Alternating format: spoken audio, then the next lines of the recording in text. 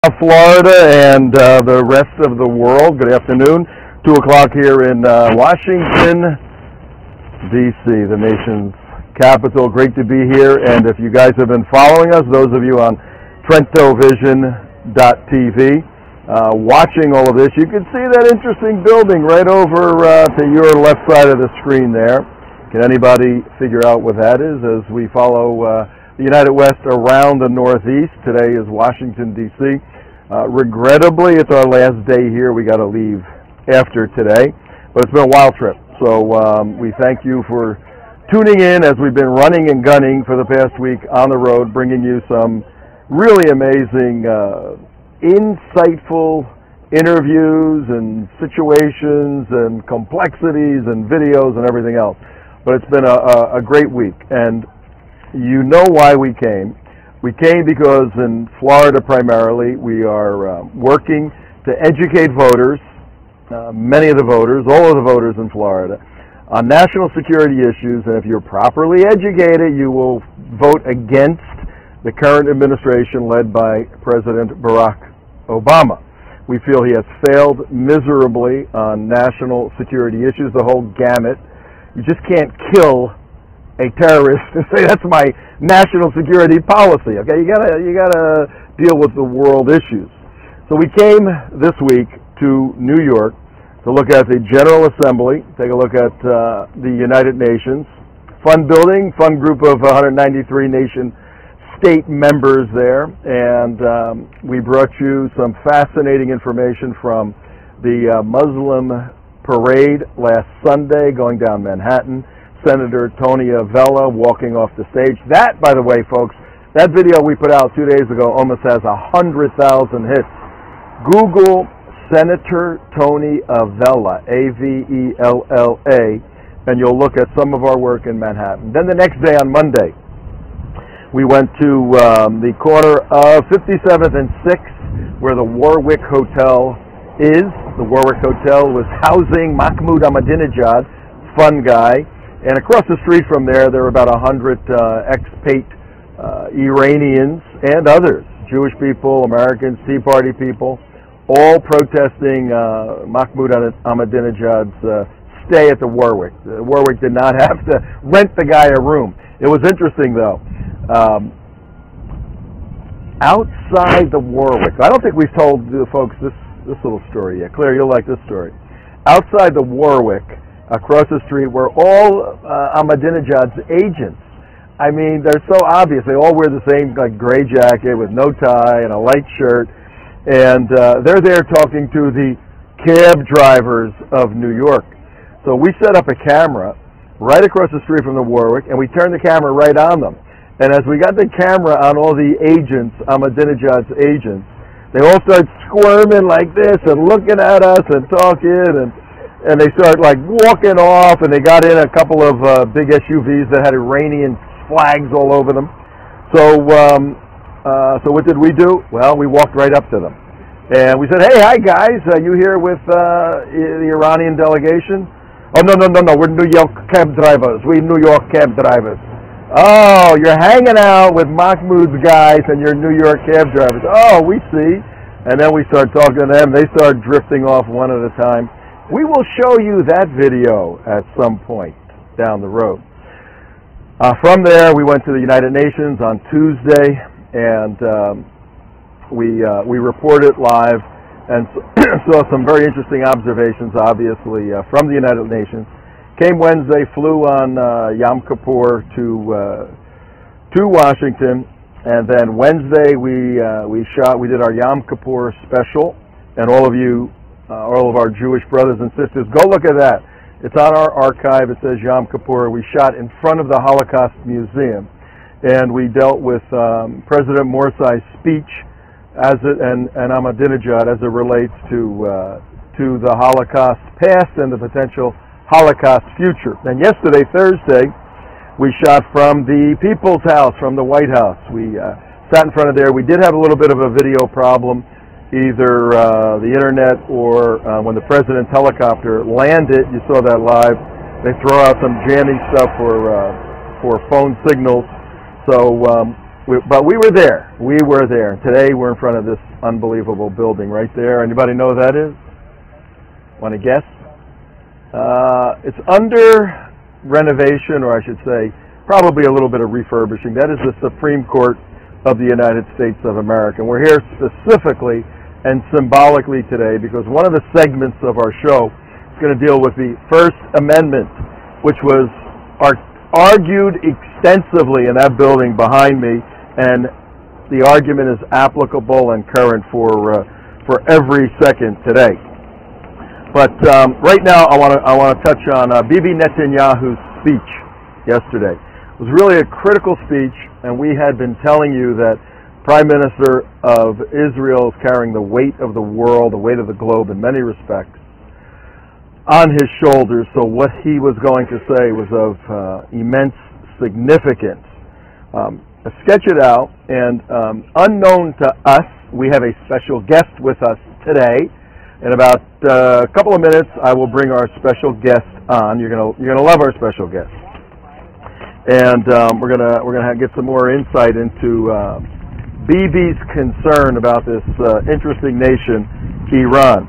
But when he started to speak, he started with a biblical passage talking about the fact that King David established Israel essentially 3,000 years ago, and he called Israel the eternal land of the Jewish people.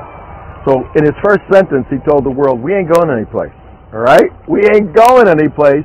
We can't go anyplace because for 3,000 years, God has given us this land. What are we supposed to do? Every time we play with it, we get into trouble. We got to hang around, get used to it. Then he went on to say, though, all the enemies of Israel over those 300 years have found their way to demise and destruction, and the Jewish people, even as a nation, still exists. So he said, look, we have a biblical foundation, and we seem to have some sort of divine providence. And he was not bragging in that. He was citing a historic fact that nation after nation after nation has gone up against Israel to destroy them. Whether it was the Philistines, the Amalekites, the Romans, whomever it was, they're no longer here, and Israel remains. But then he went on to say, we're here and we took over this land and we have developed it. And in fact, the phone and computer in your hand has material in it that Jews have built in Israel. So we're here as a productive nation. We're not trying to destroy or hurt people.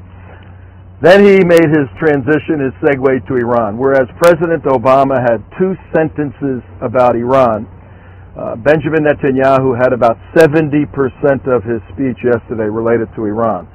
And I'll sketch it, and then I'll bring our guest on to articulate some of this. But he said that Iran is a theocratic nation ruled by the Ayatollahs. It is an apocalyptic nation. It is a terroristic nation. It is a militaristic nation, and its people believe in the advancement of their life through their own death, which is an interesting psychological and human nature dynamic that fits into the apocalyptic and theological elements of Iran. Then he spoke quite a bit about the red line. Well, let me bring on our special guest, because we were just in a national security briefing where our guest spoke about the same stuff. So why don't we bring her in, our good friend Claire. Hello, Claire. How are you? Nice to see you. Nice. I'm all wired up here. Is Claire talking into this? Yes. Okay, let me take this off. I'm going to hold both of these. I'll show you what I'll do. We're on the road doing this, Claire, so I'm going to take this, and in our extensive facility here, we were not expecting you, but you are here now. So look at this. I got it. I'll hold it. Hi, Claire. Hi, Tom. Come over here. It's probably a better shot. How's that? How are you? Very good. Very well, thanks. Good, Glad to good, be good. here with you. We are on WNN 1470 in Boca Raton, Florida, broadcasting from about Miami to Fort Pierce, and then all over the Everglades. The alligators are listening, and even the boaters on the east side, they're listening to us. That's on the radio. But you can go to TrentoVision.tv and watch us on television. You are appearing worldwide right now. You know that? This is awesome. And if you have iHeartRadio, folks, you can listen to us on iHeartRadio. I can hear it in my ear. You could listen to us on iHeartRadio digitally, and everything's cool there. So, Clary, how are you? I'm well, thank you. It's a good thing to see you guys here in Washington, D.C. Folks may or may not know that you, with a group of us, went to Israel back in February. We all went together as a United West team. That was pretty fascinating. It was a wonderful trip. This was back in February, and we were on an 8-10-day trip all through Israel, from north to south, east to west, and it was just a fantastic trip altogether. You're here today. You just did a briefing in the building over there, which we'll show the viewers in a little bit. But if we point cameras over there, sometimes they get nervous. So we'll do that at the end, then they can throw us out, okay? And they're going to throw me out anyway. Let's hope not. No, well, I'll tell you later what happened. Nothing big, stupid, but, what are you going to do? You were in there giving a briefing to Center for Security Policy, where you are a fellow. That's right. We should tell the audience that you spent 20 years with Clowns in Action. That's not exactly what we called ourselves at the time, but you get the idea. The CIA, Central Intelligence, not far from here, huh? Oh no, you were in Langley, right? Virginia. Yeah. And what was your briefing about today, and what is your concern regarding Bibi Netanyahu's speech, Ahmadinejad's speech, and Morsi's speech at the UN? Well, what the group here today is a luncheon group convened by Frank Gaffney, the founder president of the Center for Security Policy, where, as Tom says, I'm a fellow, and we invite staffers from Capitol Hill, and also in attendance we usually have a number of folks from the different think tanks around town. And the topic today was exactly Israel, Iran, and some of these different speeches that have been given at the United Nations earlier this week. And in particular, I started talking about the Prime Minister of Israel, Bibi Netanyahu's speech, which drew some very important distinctions and literally drew a red line on a graphic display that he brought with him, which was a picture of a bomb, meaning symbolizing the Iranian nuclear weapons program, and showing that the Iranians, in terms of their enrichment capability, have really gotten maybe 2/3 of the way at least towards the capability to create a nuclear weapon. And he said that the red line, and then he took a marker, a magic marker, and he actually drew the line. He said the line has to be drawn not after Iran has a bomb or the capability to build a bomb, because then they're unstoppable.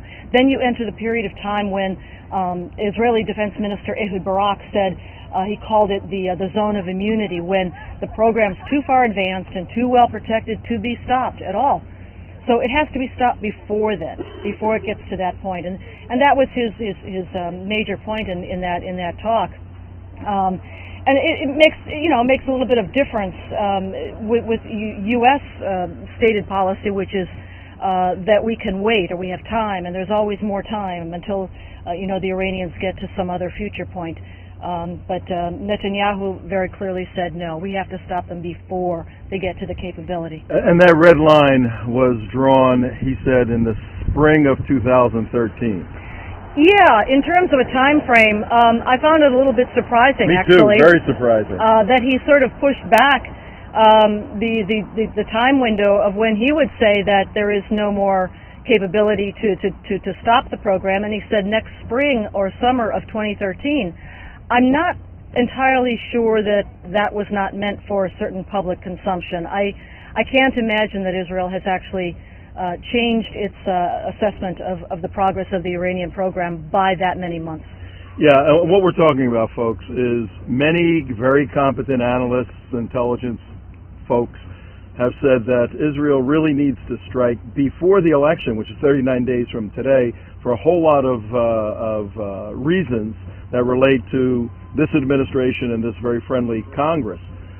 For Netanyahu to say, well, it's really September, it's really the spring of 2013. Now, Claire, I saw that and I said, well, that's the outside.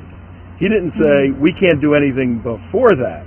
He kind of left the window open, but he did kind of indicate the imminent sense that they had is no longer there. Well, you know, he did make that inference, and you could take it that way. But one of our guests at the luncheon made a comment to the effect that it may be that he is speaking, for a certain audience, and that when the Israelis are talking about an attack, that's probably not when they're going to attack. It's when they say they're not going to, or when they're not talking about an attack, that's when you have to watch out. The old reverse psychology thing there. Let me ask you this. We get around, the United West, we get around, we talk to a lot of people. I've been in 4 formal debates with liberal Democrats recently, and the Iranian issue is right up there, all of that. And all you hear from the left, from the Democrats, is sanctions, sanctions, sanctions don't work, give it time to work. Give sanctions time to work. Mm-hmm. How do you're an officer that worked in intelligence. How do you look at the sanctions in light of the real-world activity? Honestly, the sanctions are causing great hardship to the Iranian people. The economy is in severe trouble. There's no question those sanctions are biting, but they're harming the ordinary Iranian people. They are not doing a single thing about the Iranians, the leadership's drive to get a deliverable nuclear weapon. And as I said in the talk today, I think the sanctions are actually accelerating. Wait, hang on. You've got to listen to this. This is an interesting nuance that I didn't think about, and Claire mentioned this today. Explain that very carefully. All right, and this may be a little bit counterintuitive, but I think that the pressure of the sanctions, which is very real and causing great harm, actually is serving to accelerate the Iranian nuclear weapons program. Why? Because as they see it, the pressures are increasing in terms of economics. They're not going to lighten up. They may be getting worse. So what are they going to do? They cannot give up their number one, their raison d'etre. I mean, their entire purpose in the sine qua non, even if you will, of this regime in Tehran is to acquire a deliverable nuclear weapon. It gets to their eschatology, the Jew hatred that's intrinsic to Islam, and particularly to this regime. The need, according to Shiite eschatology, to kill and to destroy the Jews in order for the end time scenario to play out. All of that. They will not give up the quest for the bomb. But what are the sanctions doing? I think that they're making them go faster. Now, I would say that that's borne out by some of the recent IAEA reporting. IAEA, what's that? International Atomic Energy Agency. This is open source material. Absolutely. You can go to their website and see all the reports that they put out. One came out last November, another in February, another in August. Okay. So the most recent of those reports is dated the 30th of August, and it talks about an accelerating program. For instance, at the underground nuclear enrichment site of Qom, or some call it Fordow, near the seminary city. Qom and Fordow are the same? They are the same. Oh, okay, Qom is the nearest big city. It's the seminary city, and so it's often referred to that way. Where the Mahdi fell down the well. Near there. Right. But Fordow is the other name for it. It's under a mountain, and it's well fortified in a bunker kind of a situation. Well, at that place, in Fordow, they have literally doubled the number of centrifuges inside that plant since May. From May to August, the 2 reports. The last one in May, the new one came out in August. They have doubled the number of centrifuges. Not only have they accelerated the installation of centrifuges, these are the machines that spin up the uranium to make it enriched. Let's explain that to the audience. Okay. 238 goes in, and you got to get 235 out. Is that what happens? Right. In natural uranium ore, the concentration of uranium is not purified or concentrated enough to make a nuclear weapon. And in order to get to a nuclear weapon, you have to purify it, concentrate it, and they do that by turning the ore, first of all, into a gas called uranium hexafluoride, and then the gas is taken to the Natanz facility, which is the enrichment facility, and fed into these long, slender tubes, which are called centrifuges, and they have blades spinning inside of them. And the blades spin up the gas, and the particulate matter falls to the bottom, and that is your more enriched uranium. Okay. And then a connection between centrifuges, a cascade is what they call it, feeds it from one to the other to the other, and in each phase, each step, it becomes more and more concentrated. So that's how you get the concentration you need for a bomb. It's a long, long process. It is. And you're saying that because of the sanctions, which are having an effect with the people, the ruling Ayatollahs and the IRGC and all those guys who want the Persian bomb, they can smell it. They're just saying, we got to hurry up. We got to spin this stuff faster and get it done faster. Yeah, it's that simple. Exactly. It makes sense. And the IAEA reports that they're spinning it to higher and higher concentrations. You know, Iran is a signatory to the Non-Proliferation Treaty, the Nuclear Non-Proliferation Treaty. That treaty obligates them to report everything they're doing, nuclear, to the IAEA, to open their facilities for inspection, and also to pledge not to engage in activities that would lead to a nuclear weapon. Now, obviously, they're in a violation of just about all of that. They're under United Nations Security Council sanctions. It makes no difference. They are continuing. And they could care less. I mean, they can care less. This is, as I said, this is their sine qua non of the regime. They've got to get the bomb. By the way, the Ayatollah Khomeini is the one who gave the order for the IRGC. That is who's in charge of all of Iran's WMD, the IRGC, Islamic Revolutionary Guard Corps. Gave the order to the IRGC in the mid-'80s. Khomeini, the original revolutionary leader. Exactly. Not Khomeini, the guy now. Right, right. Okay. The first supreme leader, the Ayatollah Khomeini, gave the order to the IRGC in the mid-'80s to get the bomb. That order has never been rescinded. It's still in effect, and they're still going for it under the second supreme leader, as you say, that's Ali Khamenei right now. So they're accelerating, and the level of enrichment, that's what I was going to say, the level of enrichment is getting higher and higher. We have a recent statement from a senior ranking regime figure who says now they need to enrich to 90%, which, by the way, is weapons grade level. For what? For fuel for submarines. Oh, my God. I'm sure the submarines are meant for delivery of humanitarian relief aid to earthquake victims someplace. Yeah. So what we have many people in Florida and around the country watching, listening. Take a minute and what is your call to action for these folks, particularly in light of the election?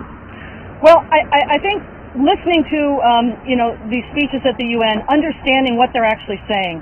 What does it mean that Israel now feels so threatened by the genocidal statements of the regime in Tehran that they are considering a military strike against Iran? What would that mean?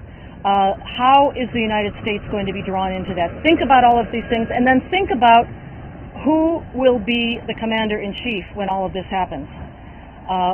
Who will be the commander-in-chief of the United States of America when war next breaks out in the Middle East?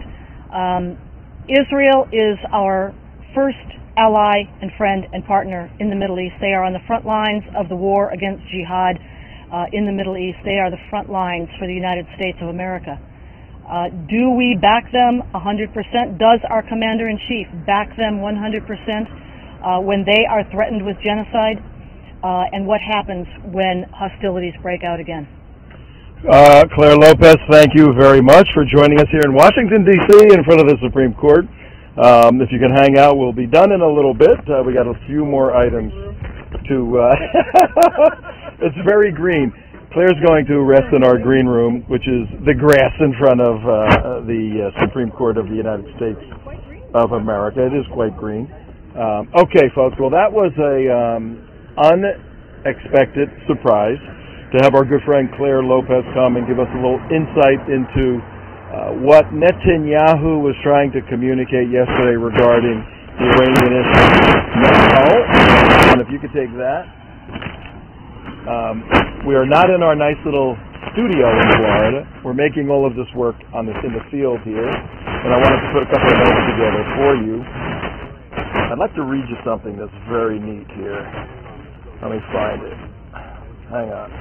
By the way, this is Tom Trento in, what is all of this stuff? Getting texts and all that. Tom Trento in Washington, D.C. on the 28th of September, about bottom of the hour, 2:30 on the East Coast to WNN 1470 on your dial, TrentoVision TV. .tv, TrentoVision.tv on your computer. You can see us there. And we're going to go to the top of the hour. We wanted to read something for you here. And I may have to put my glasses on. Put that back on me there, Mark. Is that the little thing I'm looking for? Hang on. Yeah. Let me read this for you here, guys. Let's see. Here we go. Somebody hold that. Okay. I'm going to read you because I think it's so important. I'm going to read you here we go. Congress shall make no law. Hang on. Can't make the little numbers big enough, the little letters. So I'm going to put my glasses on. Oh, there we go. Congress shall make no law respecting an establishment of religion or prohibiting the free exercise thereof, or abridging, get rid of that, or abridging the freedom of speech. Now, many people just think that the First Amendment gives you free speech. There's a lot of stuff in here. Follow this carefully. Congress, those guys across the street, shall make no law respecting an establishment, favoring an establishment of religion. I said you can't do that. But, on the other hand, you can't prohibit the free exercise thereof of a religion. Or you cannot abridge. You can't stop the freedom of speech, or of the press, or of the right. So not only speech, spoken speech, but written material. And this was the first of the 10 amendments, the Bill of Rights, to the Constitution, or of the right for people to peaceably assemble and to petition the government for a redress of grievances. So the bottom line regarding this battle over the First Amendment right now is that the law of the U.S. land is basically anything goes. Basically, as it relates to free speech, anything goes. Well, before 1969, what? Oh, yeah. Before 1969, actually 64, some states had laws that abridged, laws that limited speech if that speech led in some way, even in a nebulous way, to some sort of violent action. So on the books, before 1969, there were state laws that basically limited the tone and type of speech. But in 1964, Clarence Brandenburg, good guy, Clarence, wonderful guy, member of the Ku Klux Klan of all things, one of those lunatics, Clarence Brandenburg got up in Ohio, and he started ranting and raving about black people and Jews and everything else. And he then said that they're going to march on Washington, D.C., this city right here, for re-grievances, whatever that meant. But he wanted to get re-grievances against the government. And it was understood by the officials in Ohio as speech that could result in violent action. So they arrested him, tried him, found him guilty of a state statute. He appealed. It eventually went to the Supreme Court, and it eventually went to that building right there. And in 1969, Brandenburg versus Ohio was decided, and that decision, Brandenburg versus Ohio, coming out of a Ku Klux Klan guy, to show you the bizarre way in which Western law becomes codified. That decision simply says that speech, I'm going to read a couple of things here. Protected speech, Brandenburg versus Ohio said, protected speech includes the abstract advocacy of violence. So the state of Ohio was saying if there's a threat of violence that's even abstract, it's illegal. Well, Brandenburg versus Ohio, 1969, 5 years after Clarence Brandenburg was arrested and tried, the Supreme Court said, no, protected speech now includes vague references to violence. The only limitation on free speech is if there is an immediate call for action, for revolution, for death, and from that call, activity happens that causes a violation of the law, a violent violation of the law. So Brandenburg really turned upside down, that decision turned upside down the restrictions that states had on free speech and opened it up so that you can call for the overthrow of the United States government all day long on any street corner. We can do it right here. Let's see if it works. I'm not going to do it right now. I like the United States. But you can call for the overthrow of the United States. You can call for, we're going to raise an army, all of that. But if your speech, as long as your speech does not result in the actors that you're talking to going and doing something that's violating the law, it's protected. All right, here we go. Yeah, the other infamous decision about yelling fire in a crowded theater. It's actually improperly yelling fire. If there is a fire, you're allowed to do it. If there isn't a fire, you're not allowed to do it. But more on point is Brandenburg versus Ohio as it relates to our week here in the Northeast. As you know, we came up here because we're very concerned about the Islamic jihadis. We're very concerned about the moderate Muslims. We're very concerned about some of the folks on the left who are saying now that this movie, this trailer out of Southern California, The Innocence of Muslims, is indeed speech that is violating Brandenburg. I've actually read analyses by Muslim or leftist scholars saying that the Innocence of Muslims trailer violates Brandenburg and is speech that should not be protected. Now, we'll probably, when we get back to the studio, do a whole show on this because we can show you some clips and some graphs and charts. But suffice to say, if you criticize X and the adherents to X go nuts, how is that you being the causal agent of violent activity? Brandenburg says that you have to call for the imminent violent response of the actors you're speaking to.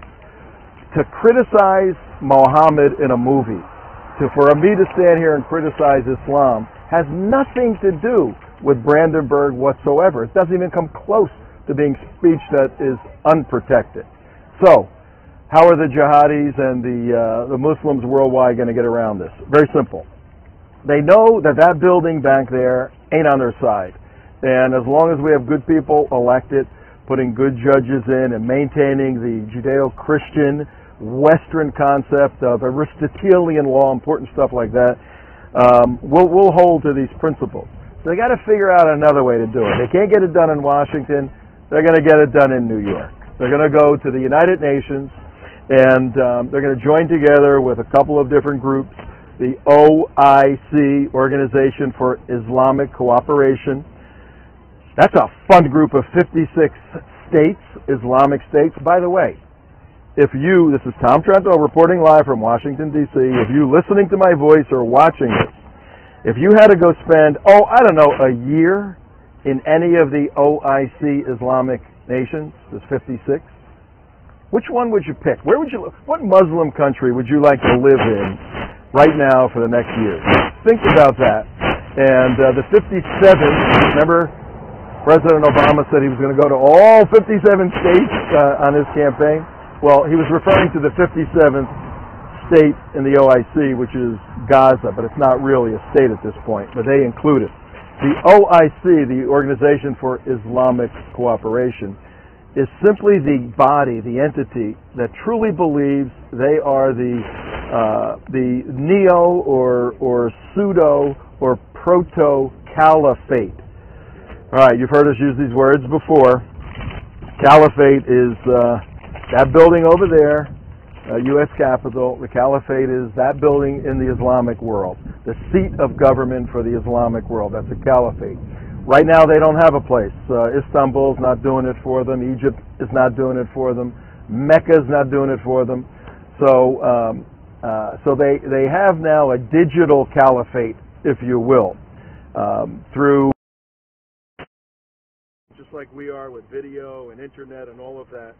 There's an organization that has a structure to it, and it has goals and objectives and a whole policy. The Secretary General is Ekmali Dean, and today, Mr. Ekmali Dean, today, the 28th of September, today, Ekmali Dean called for, he said, we cannot have Muslims riot if they look at this trailer. We cannot have Muslims riot if they get upset at cartoons, if Americans make cartoons, all of this stuff. And he also said, America has to understand that Islam, he said, this is today, ladies and gentlemen. Are we okay there? The Secretary General of the OIC, Organization for Islamic Cooperation, he said today, Americans must understand the true nature of Islam. It is peace and tolerance. Once you understand the true nature of Islam, peace and tolerance, you will not abuse Islam with your words. That was the first part he said to America. The second part he said is that Americans must not, and I'm reading verbatim, abuse the principle of free expression by criticizing Islam or the Prophet. He said, we respect your right for free expression, but your right to express yourself freely does not extend to your right to dishonor I'm putting these words in, I'm completing what he means by this, to dishonor our Prophet. And if you were listening carefully to the President's speech a couple of days ago, he said that it is, the just world or the good world is not open for those who dishonor the Prophet, paraphrasing that. So we're starting to see a theme coming out of the United Nations. Well, as you know, Sunday we were in Manhattan, and not only did we hear the theme, we saw it graphically illustrated. So here's what we have right now, and we're in front of this building to graphically illustrate this point on free speech, because it is so important, ladies and gentlemen. We have the Supreme Court of the United States, that building right there, saying that speech that calls for imminent lawless action may be unprotected. Okay? Speech that calls for imminent lawless action may be unprotected. May be. So, but that has nothing to do with speech that criticizes somebody's religion or a religious adherent to it. And over the OIC, they say that speech that upsets Muslims should be unprotected. Speech that upsets Muslims should be unprotected. Stating that in the positive, the OIC is saying, if you upset Muslims with your speech, that should be a violation of international law. Now, this whole week at the UN, this whole week in Washington, D.C., we've been listening to the Islamic leaders, not just to the jihadis, we've been listening to the moderate Muslims, and to a person. They are all calling for international law that restricts Americans from enjoying First Amendment protection of offensive speech. Ladies and gentlemen, in 39 days from today, everyone watching this in the United States of America, everyone in Florida, our home base, 39 days from today, you're going to have to pull a lever in the booth, and that lever is going to determine the direction of free speech in America. We are convinced, beyond a shadow of a doubt, that President Obama will work with the Organization of Islamic Cooperation, will work with various Islamic countries with the Resolution 1619 in the UN. That's just a fancy number, 16/19, for about a 4-page resolution that basically says your right to abuse someone else's religion ought to be unlawful. Now, this is very ironic because on a global scale, if you take the number of Christians and Jews that slander the Prophet versus the number of Muslims that have death to America. I mean, Iran is yelling death to them. Their little kids are trained that way. In Gaza, they're learned to hate Jews and curse Christians. If Muslims had to abide by the law that Mark, what? No. Claire had a very important point to bring up. It's the OIC's #1 agenda in their plans. Claire was telling Mark that this issue of the suppression of the right to blaspheme or speak offensively against the prophet is the OIC's #1 concern. I know that, Claire. You know how I know that? I went to their website today. It's the main thing on the front page. The globe is on fire. The Muslims in Syria, they're slitting each other's throat, and they're concerned in America. You know why? Why? Why do you guys think? They know why. Because the Islamic world, particularly the consolidated OIC, sense a weak president on 2 levels. Number 1, he's weak on national security, the way Iran has pushed him around, the way the Brotherhood has pushed him around. He is inherently weak in terms of holding a hard line on our national security policies. But number 2, they're not idiots. They got agents all over the place. We met one the other day in Washington. Who did we meet? We did a little presentation from in front of the Holocaust Museum, and close by in one of the food booths was a Muslim guy running it, and we're looking at him, and then we're going, this would be a great place to put an agent. And all of a sudden he comes over to us and starts asking us a million questions, much more than what do you want on your hot dog? Who are you guys? What are you doing here? When did you come here? All of this stuff. So, look, the Islamic world has agents all over America. They know what's going on. They know President Obama is in campaign mode. He is weak now for 2 reasons. He's not fighting a strong national security policy for the United States. He's not fighting for that by any means. A, he's trying to get reelected. He's got 39 days and then no more Air Force One, no more Marine One, no more $1.4 billion. The folks, taxpayers, we spent $1.4 billion for the presidency. Way more than George Bush and everybody before Barack Obama. Most of that money went to 2 things. Number 1, the unbelievable amount of czars that President Obama has added to his administration, excuse me, and all their staff and all that. And number 2, I've got Washington throat here. And number 2, nobody has water around. No, we don't have any water. Live television. Mark's looking for water in a camera bag. I don't think so. Oh, okay. Number 2 is, what was number 1? I forgot number 1. What did I say? Number 2 is the fact that the Air Force One, the 2 points were the $1.4 billion budget has come about because of the 50 or 60 czars that have been added and their staff. Very, very expensive. And then the use of Air Force One, it's been used into a regular airline for the Obama family. But how is this read on the global scale, and how is it read by our enemies? It's read by our enemies that this president has checked out. I've heard analysts say that the president has been leading from behind. Well, and now they're saying he's not leading at all. He's campaigning. So, ladies and gentlemen who are voting in 39 days, critically important to look at the issues that are just rocking the globe, and in particular the First Amendment issue. We never want to give up in any way, shape, or form the ability to be offensive to somebody else's religion, okay? By law. Now, by moral code and by upbringing and etiquette, of course we should be respectful of people's religions on a human level. But we never, ever, ever, ever, ever should give up the legal right to criticize the tenets of a religion. Because somebody can start a crazy religion, and really it could be a political system.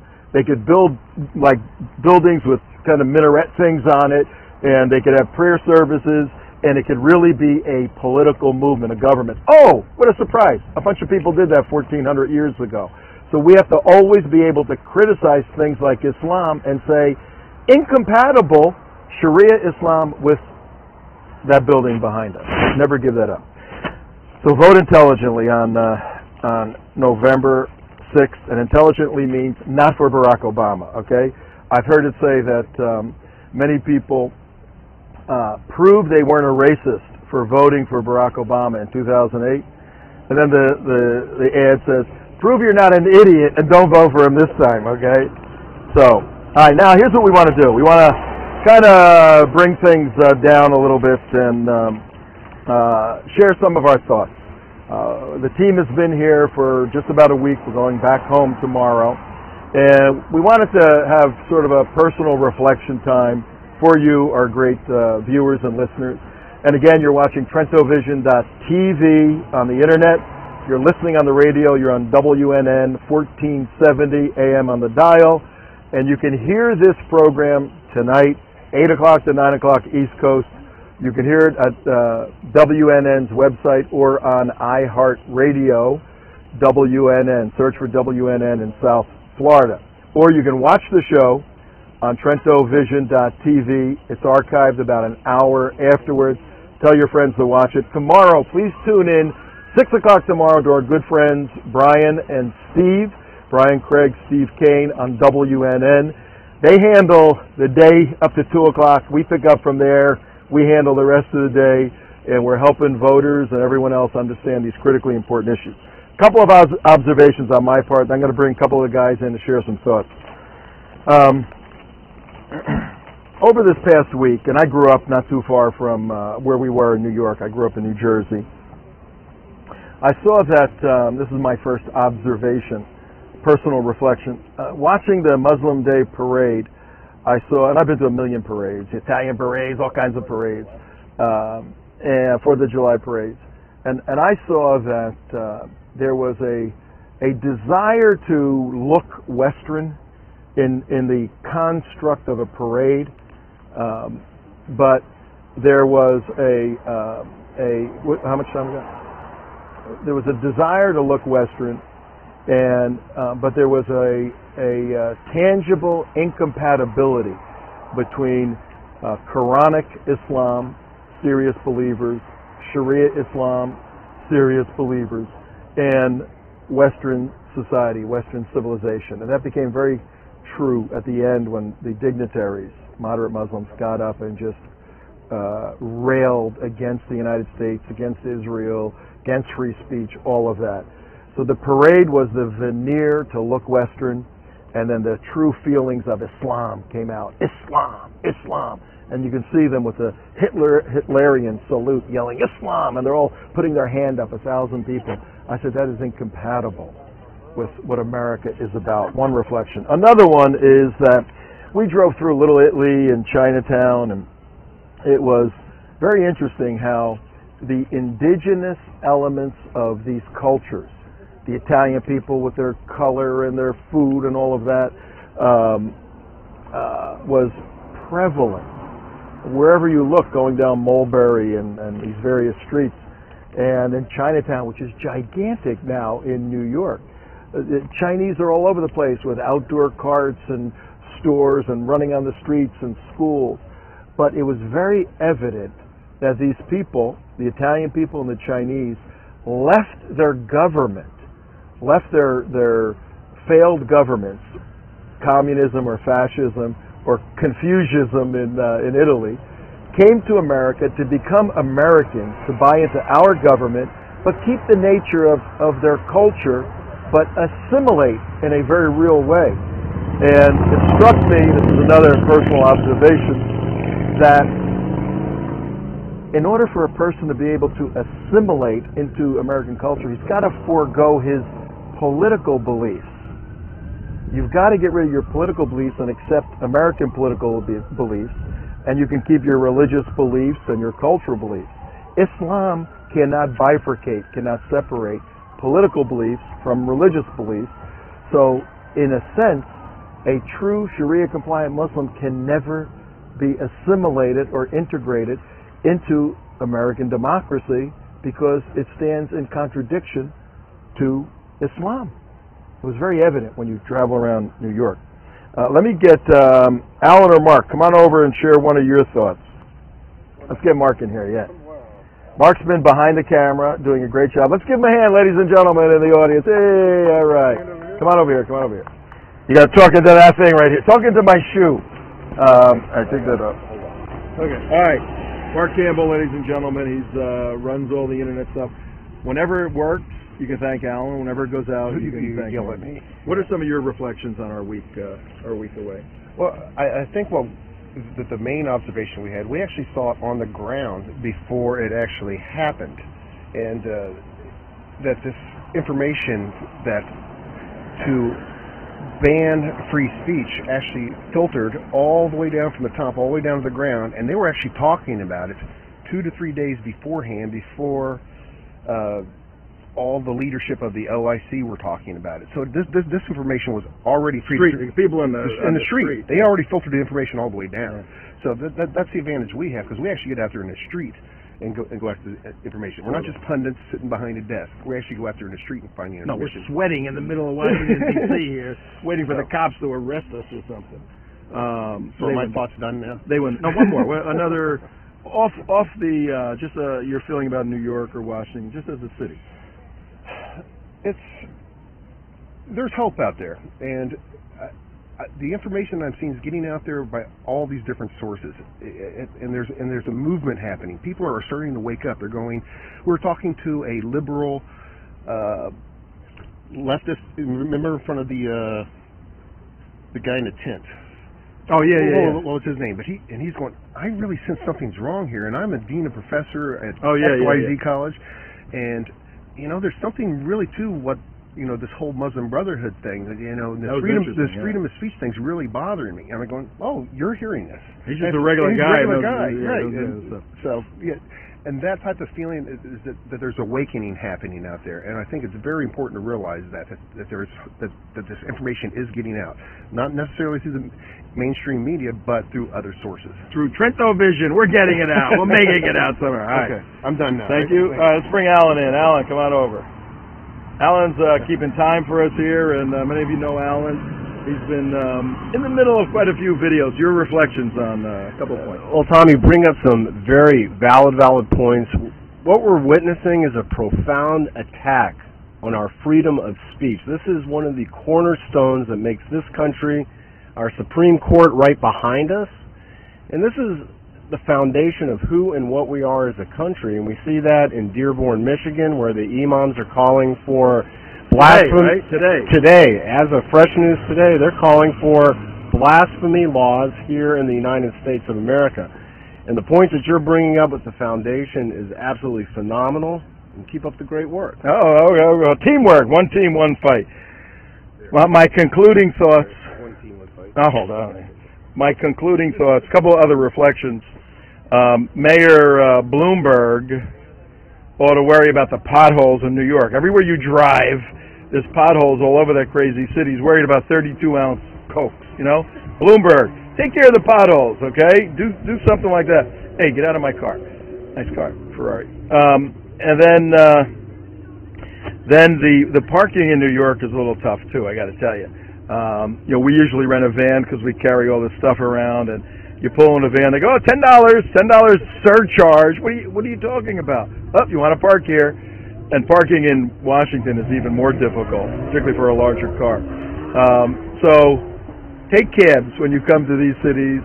Oh, the cab drivers, by the way, they're all spies. Every one of these guys are Islamic spies. It's amazing, most of them. And I'm not profiling. I'm just telling you the truth, okay? So thanks, guys. It's been a fabulous, absolutely fabulous week. From the Bowery where we were down to Foggy Bottom. We covered it in a tremendous way. No other organization on pennies is out there getting into the nitty-gritty, running and gunning as we are, setting up cameras all over the place, trying to get an internet connection somewhere, making it work, and bringing you solid information that isn't just, though we entertain a little bit by design, just not entertaining. It's critically important in terms of maintaining this building. Let's spin around and get a shot of that building, our closing shot. So they chase us off? Yeah. We'll get a closing shot of this building behind me. Can I see what it looks like? This is the U.S. Capitol. We're here affirming the principles of the granite that built this country. The principles are even stronger. We're fighting for you. And on November 6th, please vote intelligently so what this city reflects, what the wonders New York is all about, can be maintained in a new administration. Thank you very much. Tom Trento signing off.